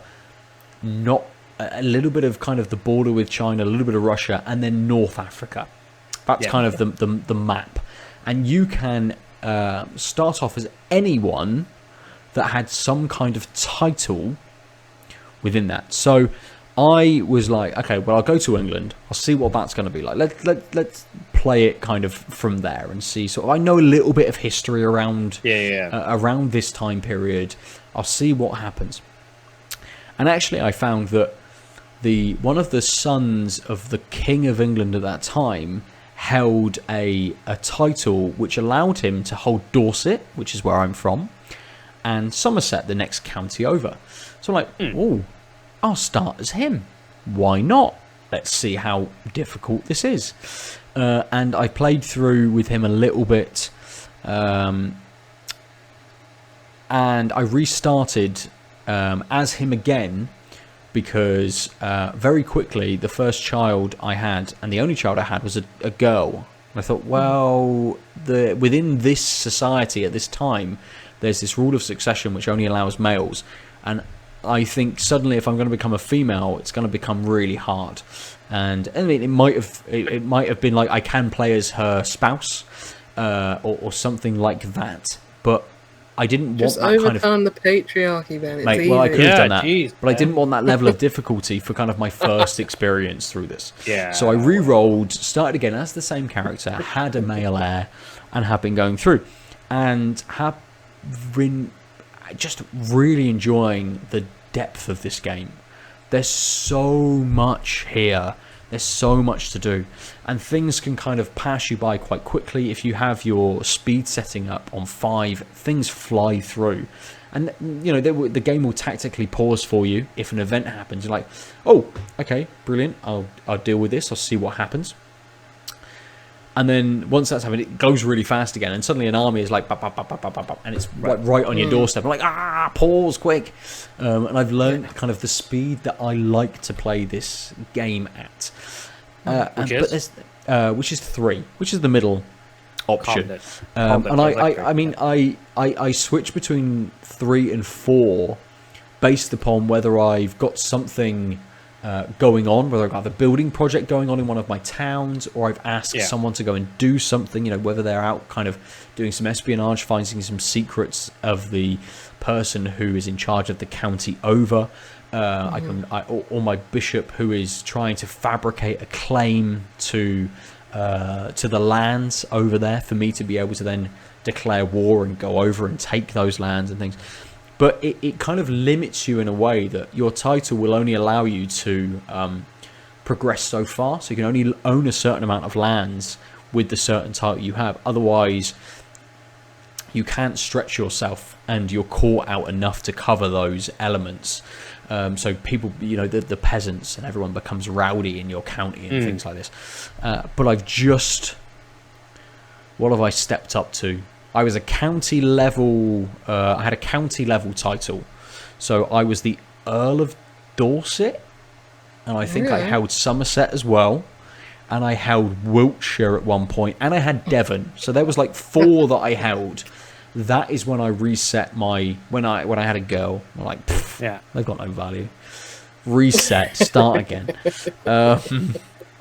And very fortuitously, I think through the game, I chose a spouse, or chose a spouse. I basically, as a male, I could pick a spouse and ask the liege of whatever land it was that I was asking for the spouse of to for us to be wed. And in this one, I think I've got 4 kids. I've got 3 boys and a girl. The first of which was a boy. He's then the heir. And as I understand this game, once my character dies, I then become that character and play through as him. So it's kind of more of a dynastic element to kind of the time in this. So you're not like, your character doesn't die and that's it. You're done. It's like Reigns. Yeah, it's like Reigns. It's like Sims. It's like... what's that strategy game? Massive Chalice.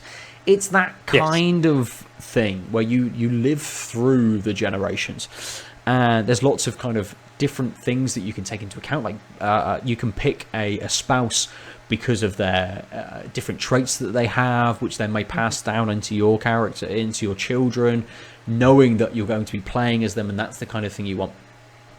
But I've got to a point where I am now the Duke of Wessex. So suddenly I've gone up from Earl up to being a Duke.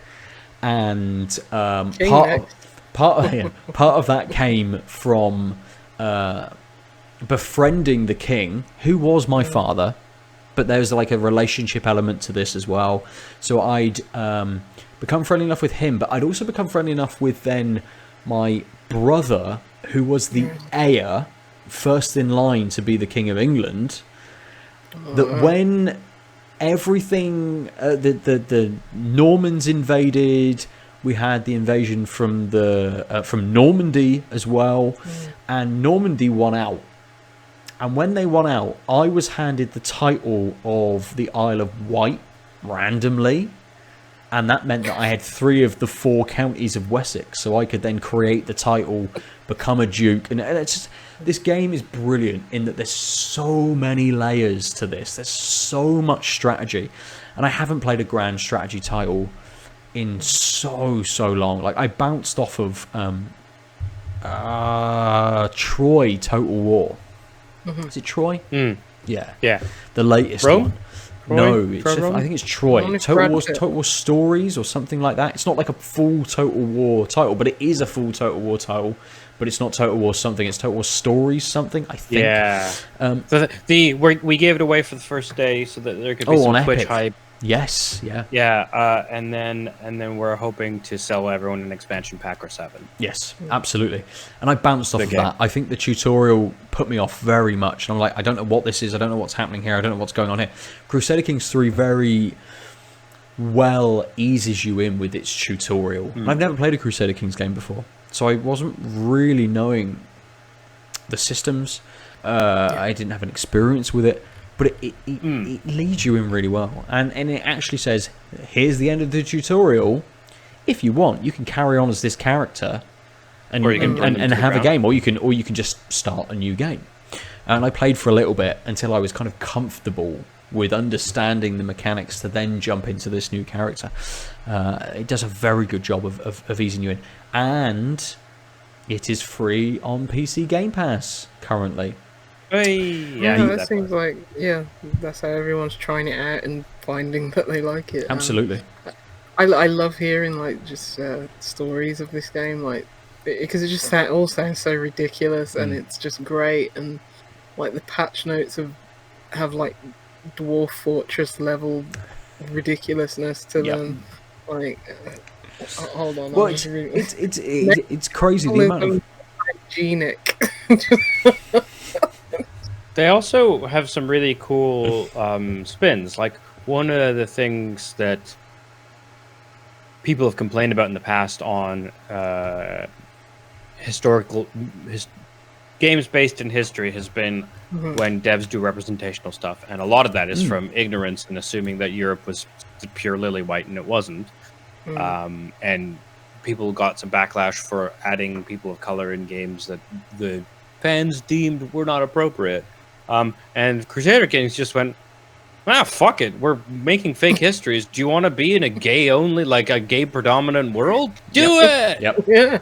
And it's like, and it's so refreshing because it's like they put so much thought and effort in like all the weird human political things you can do, the back and forthisms, and they're like the least of our concerns is fucking sexual preference. I think. Oh, this is a video game. We can flip a switch and make everyone gay. Who cares? Don't flip the switch. I think I think there is a little bit of, at least from what I've experienced so far, there is a little bit of kind of following history with this. So with the character I am, I think it very much says that I'm a heterosexual character, and I don't know when that is kind of determined on those characters. So whether any of my children will have a different preference, but that would then be looked upon poorly by the Catholic religion, under which I and a lot of the England, Wales, like almost everything, and there's different cultures. So I'm an Anglo-Saxon culture, and when someone invaded England, they decided to convert to the English culture rather than the culture that they were before. There's a lot of stuff around that, and I think actually it presents the idea that you've got this freedom, but I don't know whether you actually do. Well, like, no, but the thing I was talking about is that there's an actual toggle that is there a toggle that says do faiths approve of same-sex genders. It can flip. Oh, is there? Or same-sex relationships. Yeah, and there's another toggle from what I understand that are they predominant. So it's not just that will your person. I haven't seen that.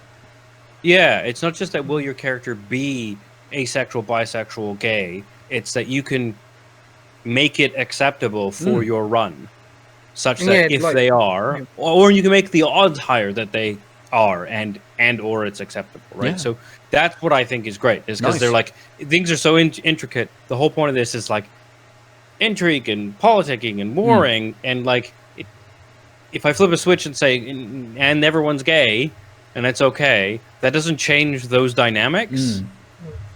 And they saw that, and they're like, cool, we'll just put a switch in, and if people want it, they want it, and if they don't, they don't. We'll carry on. Nice. I hadn't explored that at all.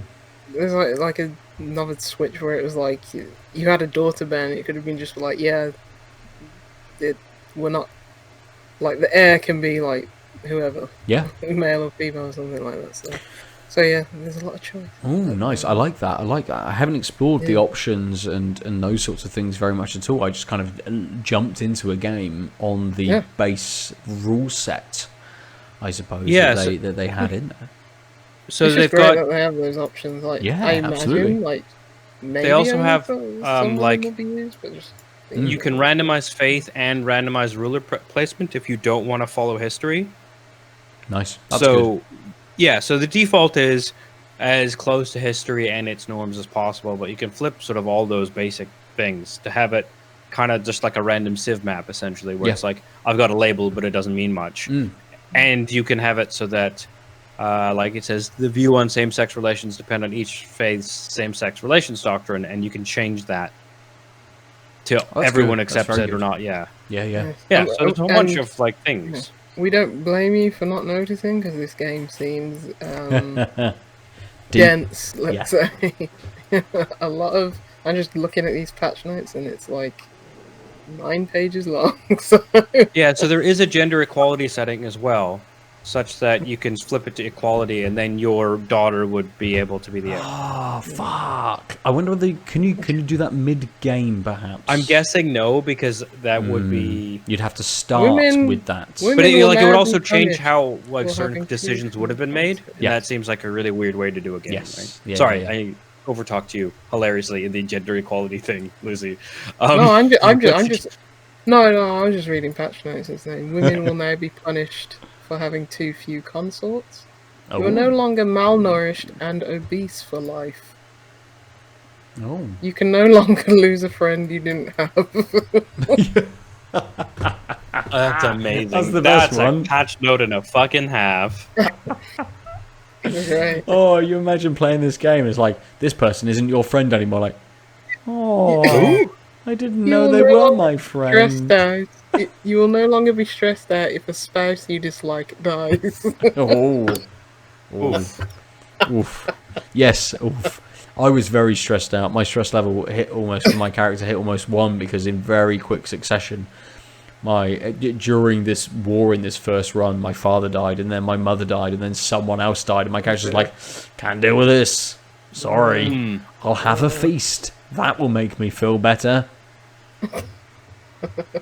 It is still very game. It's still very gamey game. I mean, it has to be, otherwise that wouldn't work, right? Yeah, but at least those options are there. That's brilliant. Definitely. This is a time where it's like, I wish this was my thing. But I just enjoy hearing the stories even more than actually playing. I'm sure I'll come back next week with how now the Duke of Wessex has been murdered in his sleep or something. Oh, yes, you do have Game Pass. I can play it. Yes. I can play gamey game with games. Don't play Crusader Kings 3 because you will just lose the day to it. That's fine. what the fuck else am I going to do in a day, Ben? Fair. What have you been up to, dude? That's me for games. What have you been up to? What have you been playing? What have you been doing? Well, I've been staring at an email box for a job that didn't tell me if I got it or not, even though it said it would. Yeah, it's been really distracting this week. But before that, on Tuesday, I streamed Among Trees. Oh, yes. Yeah. Which is a really beautiful survival game that's kind of low-key survival, at least in the regular non-hardcore mode. Except for a few panicked moments of not being able to find mushrooms on the ground. Yeah, I did see, yes. Which I'm sure, like, veteran players are like, dude, you didn't even take a single damage while you were, being hungry. It's fine. But I don't do this type of game. I said on the stream, like, I like exploring worlds. I like trying to see if I can climb up a mountain randomly, just because there might be a way to sort of hit the jump angle the right way, which I've done countless times, and break the map in a way you're not supposed to. And boy, can you not do that type of thing when especially in the early parts of a game, it's designed so that you have to go get food and a couple of supplies, and then the next to get food and a couple more, and maybe after that you'll unlock a thing that lets you get supplies slightly more efficiently, such that you can then finally cook the food, so you won't have to worry about spending most of your day looking for cheap food thrills. Yeah.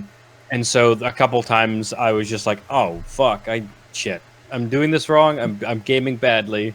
But it's super pretty, and like does very like graphic novel-y, I want to say, almost like kind of painted sort of art style. It's very really Firewatch. Good. Yeah, there we go. That's exactly how I should have put it. Looks beautiful. The lighting on it is lovely, like in the tonal contrast. Like, it's so nice. Yeah, and like to the point where how you can tell something's a collectible is it sort of like it does that video gamey thing where it like light casts across it back at like over and over, so it's like sort of a stripe of light goes over it, so you know. Does that make sense? It's yeah. Yep. And that doesn't work when the lighting is so good that that's not a thing you can pick up. It's just the light is hitting that tree, and so it's casting a diagonal line on that red bush. And because you're walking, that diagonal line looks like it's moving, so it looks like it's a collectible because it looks like it's doing the light thing. Oh no, it's just a really bright thing. Like most of it's pretty like shadowed and slightly muted in the world, but then there's these really bright things that aren't collectibles, but all the other bright things are, and that was a little confusing. Yeah, and I thought exactly the same thing as I was watching you stream it. You walked past a red, very, very small bush, and just the way the light reflected off of it, it looked like it should have been something you could pick up, but absolutely wasn't. It was just asset number 5. Yeah, exactly. I literally did the first 5 days, I think, and that meant that I repaired my shed, I built the crafting room, I built an axe and a lockpick, because there's like crates and lock boxes which hold like... Basically, my biggest complaint is, like, in order to do most of the things, you need metal crafting things. So there's wood crafting things, which you can kind of find sticks and planks all over the place, though not near broken wooden structures. A lot of that wood is just not salvageable. It's one of the frustrating things about video games. But then they couldn't figure out how to, like, make sense of bolts. Like, you can, if you find a steel pipe, make it into bolts, which kind of makes sense. Like, sure, maybe I have a saw that I mysteriously have, like, and stuff like that is okay, like, but basically you can only really find the metal near where all these crates are, which is like by like wrecked towers, essentially little like Firewatch-esque like watchtowers, and that's it. Like, that's the only place you can really find metal. And then it went from kind of nice casual roaming to now I feel like I'm clearly in your gameplay loop, because I searched through the piles, got some metal, and I went back to my house and used that metal to make my crafting room, and then found another place to get enough metal to make the axe. Now these 2 spots have all these crates I can axe away, and lo and behold, almost all of them just have metal in them, such that I can make the lockpick and then pick the lock boxes. And then maybe that will let me make the cooking room. Okay. And that kind of sucked, because it as soon as like that was a goal, it felt very... I mean, it's in early access, so I'm sure that they can pad this out and like make it less obviously the loop. I think that was the big problem, was it went from kind of exploring and be like, oh, I wonder... And like, I wanted to cook my mushrooms. I wanted to... because they gave you better efficiency on food, and that was the one thing that I was like limited resource on. And it, in the way that the game is currently designed, it clearly, like, the loop is you make the crafting room, then the axe, then the lockbox, then the cooking room. Like, it just, given what I was missing and what I couldn't access, like, I just never got the materials to make the cooking room, and had the materials to make the crafting room, and I knew there were boxes which probably had metal in them, so it's like, I guess I'm making the crafting room such that I could make the lockpick or the axe, and then that opened the sort of, for lack of a better word, tree pun, haha, up, and it just felt a little, yeah, like I said, it's early access, but it was like, oh, it doesn't feel like it's a big open world survival game, but actually, it really felt like I'm just like, these first days are the same. Like, the way you get through this is you're kind of... You might wander around a different way, but ultimately you need to pick up the metal at this spot and this other spot, loop back, and then come back to these a couple times. And so actually it's linear in a... It's strongly linear in actually what you have to do versus what you can do. I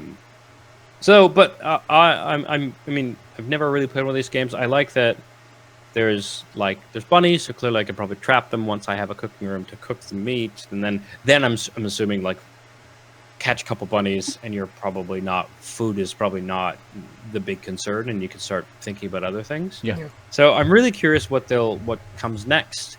Like, there's water, but it makes you cold.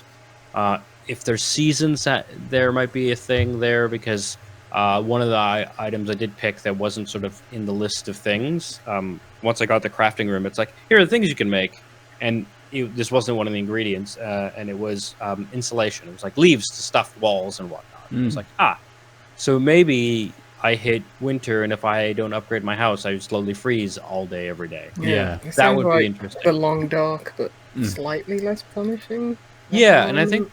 Yeah, it seems like that's sort of what they're going for, which is very pretty survival, not trying to kill you. There's a hardcore mode, but in normal, they're like, food is not everywhere, but you should be fine, and that's exactly how I felt it, right? Like, a couple times I lost track of things, and a couple times I hit, like, a bunch of food in a row, so I didn't have to care. But as soon as I was down to like 1 or 2 things to eat, I just wandered about and found things to eat. Some poisonous berries. Correct. Definitely poisonous mushrooms. Yeah, there was a poisonous mushroom. I ate 2 of those, didn't get sick. Ha ha ha! Winning at game. Winning at Evolution. I was a little frustrated at the map you had to unlock via the crafting room. So I needed the crafting room to use berries on old rags to remember that this thing was around the corner. And that type of thing, just... I have crafted a pencil. Yeah. I There's like a couple that other type like quality of life game, things yeah. where it's weird when what the game will allow you to track information-wise, because if I was the guy surviving, I would be able to... Like, so my one complaint was you can track items. So it's like, at first I want to make the cooking room, so it's like, take note. And then in your HUD, it'd be like, you need 12 planks of wood, 7 nails, 4 bolts, whatever the thing was. It wasn't that. And you had a storage box in your house. And if you dumped stuff in the storage box and then went out such that you had nothing, because that's ideal, you can carry more things, everything resets to 0. So like, how? So I just have to remember, oh, I have 8 at home, so even though it says 4 of 12, I have all 12 boards. And that type of thing bothers me, because what the UI is supposed to be doing is a proxy for you being the person and having it in your memory. Right? I have 4 things in my bag. I'm not checking my bag and saying 1, 2, 3, 4. I know there's 4. And so if I'm tracking, do I have 12 planks of wood? It shouldn't matter if it's split between my bag and my storage at home. Because what it's a proxy for is me remembering how many planks of wood I own. Yes.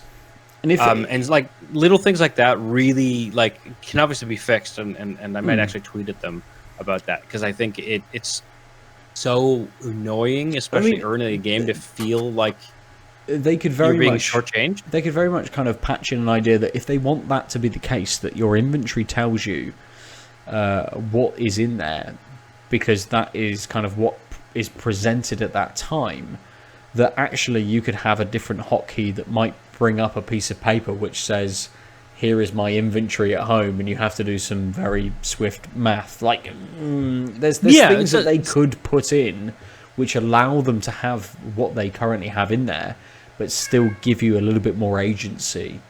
Yeah.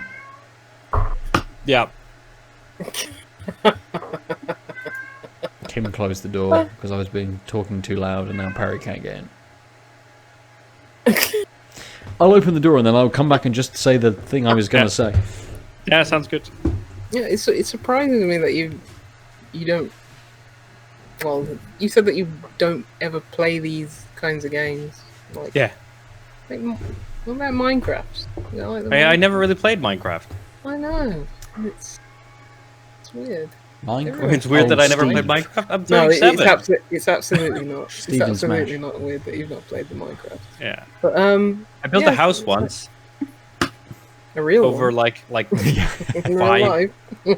No, How I are voxels spent made? like It's a fine. couple of like in-game weeks in Minecraft the one time, and that was about it. Yeah, that's probably more what I'm surprised at. Not the fact that you haven't played them extensively, but it's like all these like survival games all seem to be like pretty easy to get into because they're all like either free to play or they come out in like some early access state that's free to get into or something. It's just because I was gonna say, oh, is it sort of like Long Dark / Minecraft or something? But if you've never played those games, you can't. Yeah, I compare don't know them, why the genre hasn't. grasped you. Yeah, it's not my favourite genre. I think I prefer like the very start of those games where it's like, yes, you are very much against the odds and you are figuring out small things. Like even when I played a bit of Grounded, it's like it's nice realizing, oh, this thing does that and that's it, and this material combines with this to make that. I think that's the that's what gets me like at the start, but then when it's more like, oh, now I can build a palace. That just seems less fun to me. Yeah. It's Yeah. always, I like the discoverability at the start. I mean, looking at yeah, looking at what you can unlock. Although I did find a blueprint, so obviously the set of things that I start the crafting room with isn't all of them, but it doesn't seem like it scales that much. It's like make your little home slightly bigger. I am curious whether there's going to be any overarching narrative besides survival, because right now it's just like I'm someone who woke up and their shack was trashed, and then I spent the first day and a half looking for planks of wood, and then suddenly the shack was much better. Yeah, whether there's and a bed appeared. Yeah, time as well. Like, yes, you're doing this, but actually you need to spend a day doing this. You know, rather than it just appearing in some way. You are putting some kind of work into this. I jumped into my emails to find out who this was by, because I remember that it's a series of letters. I mean, most names are. Yes. FJRD Interactive. And I think it's currently only available on Epic, right? It is currently only available on Epic, but when I did open up my emails, in slightly more exciting news, Mike Bethel's just emailed me. So we've been tagged up. Bye-bye. Oh, wow. The man himself. Yes. Ooh. Really? So there we go. Playing some of them solitaire. I mean, maybe next week. Suspense, but cool. So yeah. Forward it on, I guess. So Among Trees, I mean, it looks beautiful. It seems like kind of standard survival fare at the moment. It'd be interesting to see kind of like a playthrough a little bit later on, or further through development as well, to see what kind of like that end game element is. You know, once you've upgraded your house, once you've done a few more things, once you've established yourself in kind of the world, and things have become that little bit easier. You know, you're not scraping for food all the time because you can cook stuff that you've caught. You've got all of the tools and stuff. Like what happens then? I'm not one to play, survival games as much. I played Don't Starve for quite a bit, but that's really kind of a slightly different survival game. But it's kind of really the only survival game apart from like DayZ that I'd sort of played. Again, very, very different. So be interesting to see how it keeps you, or how it hooks you in past just, here is progression point 1, here is progression point 2, here is progression point 3. Now you can do this, so you can now explore a bit more, and we limit you in some other way. I shall be playing Don't Starve on PC. Nice. To get quick gamer score in 3 minutes, because you can earn up to £10 in the gamer score in the next month. And that's what I'm going to do. It. Don't Starve's fun, mate. Don't Starve is really fun. I tried it like ages ago. I think it was like free on PS Vita or something once. PS Plus or whatever, years ago. Didn't. Not for me. That's fair. Lots of things come out at night in that game, which I noticed in Among Trees. There isn't that kind of, with a lot of these kind of survival games, there is that difference between, and in the night, I mean, it's hard to tell because happen, it has a very strong tiredness. So it's got like temperature, hunger, tiredness, and hit points. It looks like whatever heart. I mean, I never really lost a heart, so I assume it's hit points or something. Did you not get mauled by a bear? No. See any bears? Bears are apparently rarer in normal than in hardcore. But moose. Any moose? No, I only saw bunnies and that's it actually, and birds. Birds, yeah. So, but like, because of that, like, it's like you're fucking tired. So I just go home and go to bed. So I mean, for all I know, like a dragon shows up, right? But it's like, oh, your tired meter's up. Does that mean I'm going to take damage? I guess I'll go to bed. It's. You've not tested the limits yet. Not yet, no. So you're basically playing like real life simulator. I mean, that's what I hate about these games, right? Or it's just like, okay, eat, sleep, repeat. Cool. Played game. That's my life now. I don't have a job. Like sometimes wander in the garden, find a mushroom. No bears, at least. Definitely no bears in the garden. No. Maybe the odd That's squirrel. what I didn't Sometimes. That's what I didn't like about Stardew. You just collapsed in the middle of the road. Not Yeah. like the first day because you were tired. I couldn't pick my turnips because I collapsed. You're right though. That's probably why I immediately thought, oh, better not let my tired meter go because I'll probably just get frozen outside or something. You're right though. I am disappointed in myself that I didn't check it. I think I felt the pressures of I'm streaming this for 2 hours. I shouldn't fuck about and die and have to start these 2 days over again. Although I forgot there was a save game. Oh. You save the game in your blank journal, which remains blank. Oh. Doesn't say like day Early 3, access. mauled by bear. Right, day And 3, then, went to bed at 11 a.m. when you load the game, it just scratches it out. Day 3. Oh, good. Fell asleep outside the door. I assume it's Meter something was that you will return to kind of as Yeah, probably. it progresses through development and Yeah, I stuff think like that. I'm not going to rush back just because it seems quite thin right now. Mm. And I'm sort of more curious as to where it can go. Yeah. And you never know. I might try another survival game one day, Yeah, fair.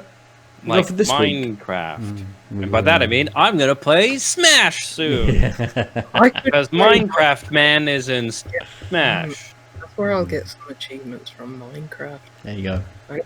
Do Like that. 10,000 in like Yeah. 2 weeks, which is very doable considering the kind of games that just throw it at you. Let's finish there this week, and we'll come back to our beers. I think. Steve is in Smash. Yes, Yeah. Steve is in Smash. If you didn't That's get what I from said, what we yeah. were saying, yeah, Steve is in Smash.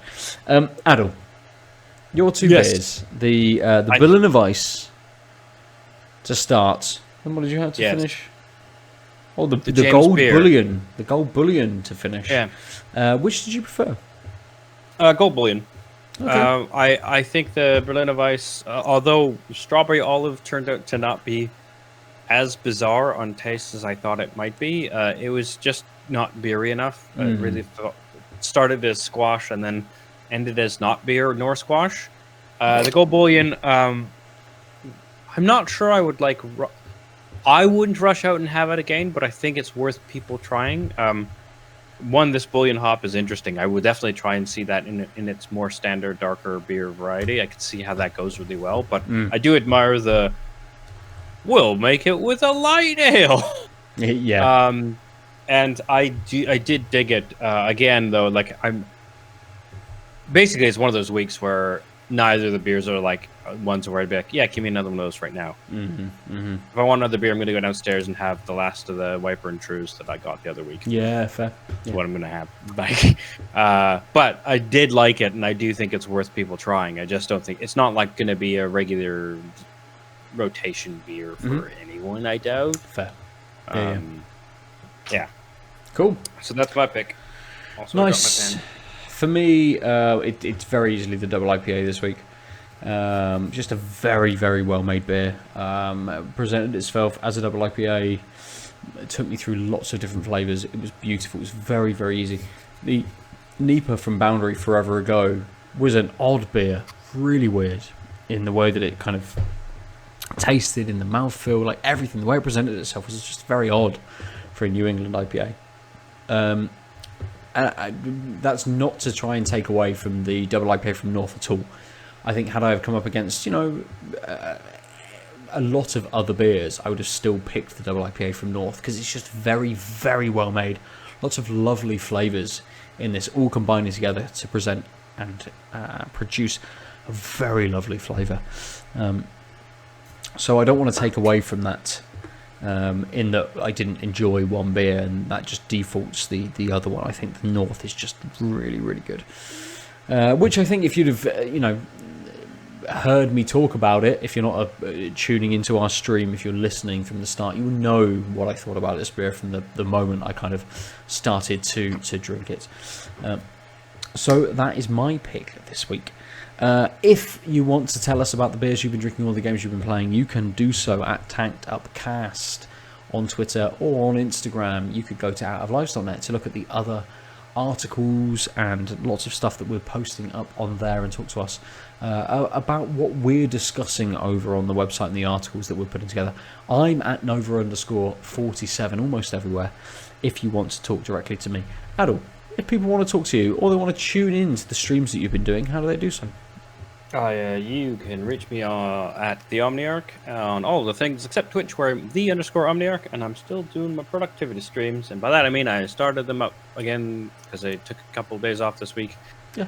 And boy, did they work! They just work. And if you work well in cafes and you want to join a cafe environment with some lo-fi tunes, come join in. I haven't added, but I will to my channel notes. You know, when you go to the channel, it says, "Hey, widget with a schedule." Oh yeah. So you know when I'm going to run these. Because what I do need is more structure in my life. So me committing to running these on a regular not only is important because the whole point is to have other people around, but also will help keep me working more often. Nice. Yeah. Other than that, I'm on the Instagrams and the Twitters and the whatnots. Cool. Lucy, how do people talk to you? I might need to join you on those streams when I actually have to do work. I'm not good at working. Better at procrastinating. If you want to procrastinate with me, it is Juicy Loose 9. Perfect. Everywhere. Good. Join us next week for lots of more game talk, lots of beer drinking. Who knows what we would have played by that time or experienced. For this week, we've been tanked up. Bye-bye. Bye. Ciao. PSA, it is Fat Bear Week. Go vote for the Fat Bears. Yeah. I'm glad I didn't stop the stream. I caught that part. Super important. Fat Bear Week. Now I'm stopping the stream. They're enough on salmon for hibernation. And Yeah. convert the biggest Bears be a real chunk right now. Good. www.outoflives.net